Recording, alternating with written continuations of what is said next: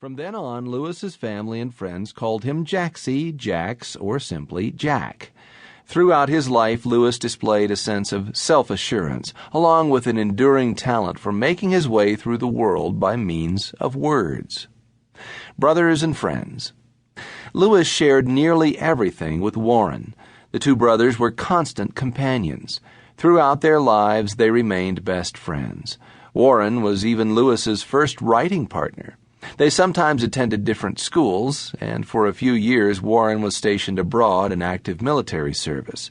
Other than that, Warren spent his whole life living in the same home as Lewis and was his closest, oldest friend.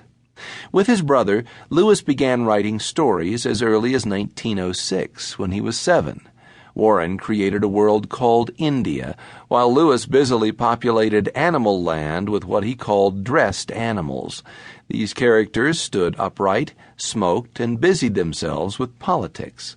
The stories were far more serious than Narnia. Together, Lewis and Warren's world was dubbed Boxen. It occupied their imaginations for hours. Books, books, books.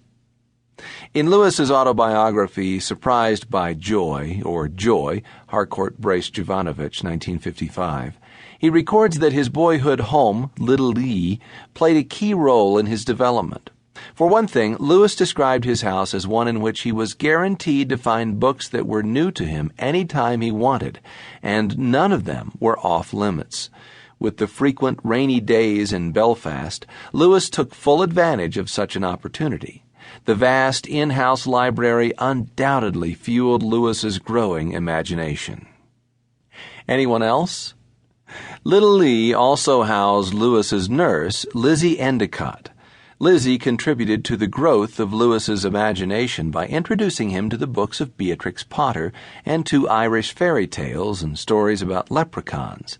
That stirred a lifetime love of such tales, a love that would later drive him to write the Narnia books. Schoolboy Days, a series of losses. Settled happiness in Little Lee soon came to an end.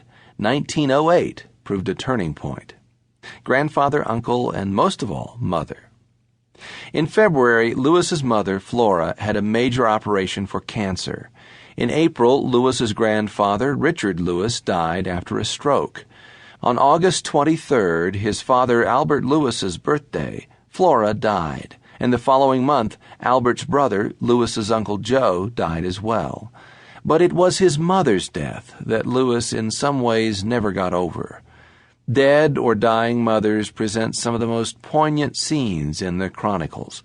In Nephew, Diggory's mother is dying, but Aslan saves her life.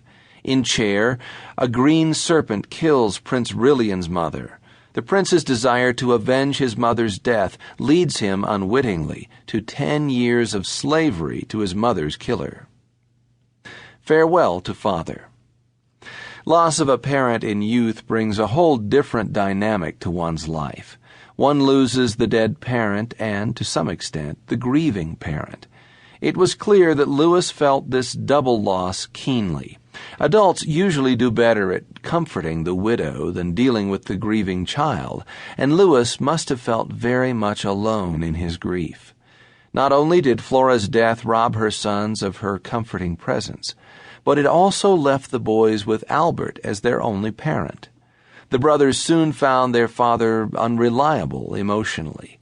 He certainly failed to enter into their extremely close and supportive relationship as a parent. Sometimes he tried awkwardly to enter as one of the boys. In a sense, Flora's death caused Lewis and his brother Warren to lose both parents. Off to boarding school? Lewis was soon sent with his brother to a boarding school in England governed by a harsh headmaster. It was an experience of great torment for a young child who had recently lost his mother. In Joy, he disguises the name of the school, referring to its location as Belsen, and discussing it under the subhead concentration camp. The school was more about sadistic discipline than education. In fact, the headmaster was later declared insane, and the school was closed. That might even top some of your own worst teachers, huh? Rarely are schools presented positively.